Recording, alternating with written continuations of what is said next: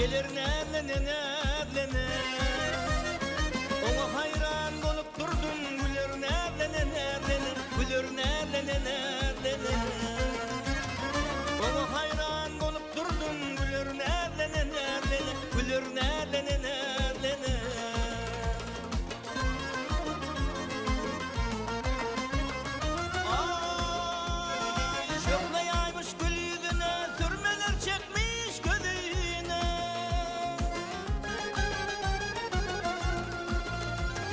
ellerin tutup yüzüne gülür nerlene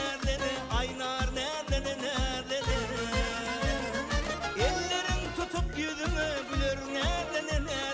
aynar nerlene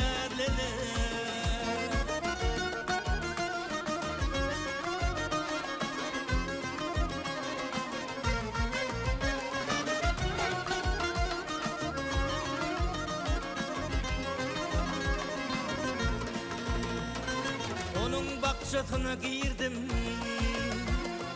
bunca güllerini tirdim. Kol kavuşurup kalan verdim, alar nerlene